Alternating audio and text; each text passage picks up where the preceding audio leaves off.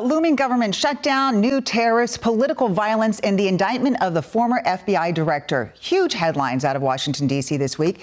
And that is why we are bringing in Scott MacFarlane to help us wrap our heads around it all. Thank you so much, Scott, for joining us. I would like to start with the threat of a government shutdown. Doesn't look like there's any negotiating on either side. Where do things stand today, and what could be the impact of a shutdown? It's a really good question because there's been a lot of Chicken Little over the last few years of people saying we're about to shut down the government, and it doesn't ever really happen. This one feels different and, in fact, might be different. There's no discussion. There's no negotiation, and the deadline is Tuesday at midnight. If they don't have a deal by then to extend government funding, the shutdown begins. It commences midweek next week.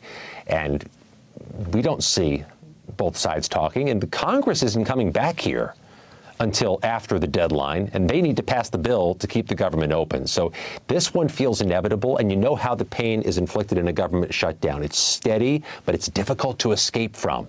So many federal workers, including in our area, stay home, no paychecks till the impasse is over. Some services get curtailed, and some things continue to function, though they do so without real dedicated money.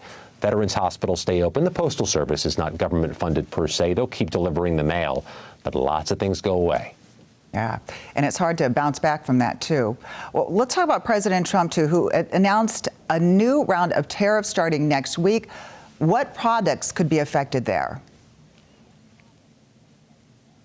Well, it's big things and small, literally, from kitchen cabinets to possible medicines to things you'd buy at a store. Those tariffs could impact the price you pay. Seems like destined they will impact the price you pay.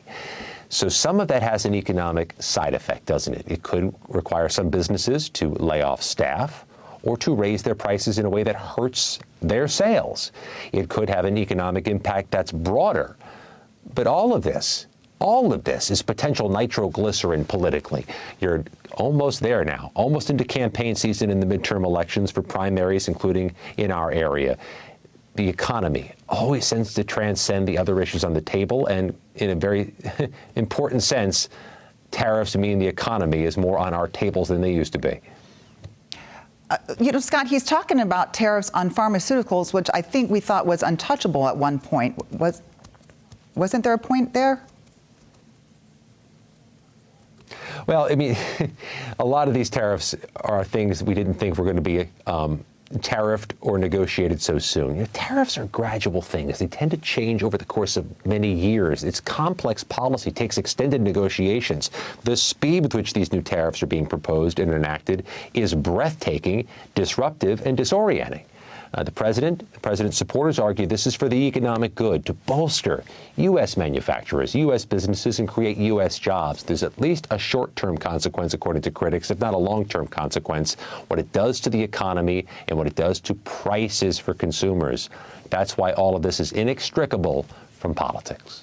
And at the same time, there are courts who are looking at the legality of the president's earlier tariffs still, right? Some of this is going to be litigated all the way to the U.S. Supreme Court. Much of this may end up being litigated all the way to the U.S. Supreme Court. There's been appeals, there's been holds. So much of what the president has done has ended up in the courts. But this one, because it has such an impact on so many people's lives, is a case we watch with unique scrutiny. And we're also watching the allegations against former FBI Director James Comey. Can you catch us up to speed on this case? There'll be an arraignment of a former FBI director in a Virginia federal court October 9th. That is quite a thing to say. This case is just different. Technically, it's still a thin case on paper. The complaint is only a page and a half. The charges are not very well detailed yet. They allege he made a false statement and obstructed Congress in some testimony he gave to the Senate 5 years ago. But this case is larger than life in so many ways.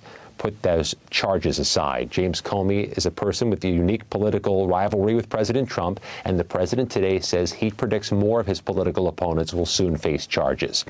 The filing of this case after the former prosecutor who didn't bring it forward was ousted and a Trump aide was put into the office and quickly made the case against James Comey could, according to critics, mean the firewall that stops politics from infecting the justice system is collapsing, which could open the door to more prosecutions of more of the president's opponents.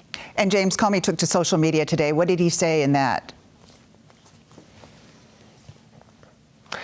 James Comey, who has had a high profile for many years now, did an Instagram video in which he said that this case breaks his heart about the current state of the U.S. Department of Justice, that they'd file it.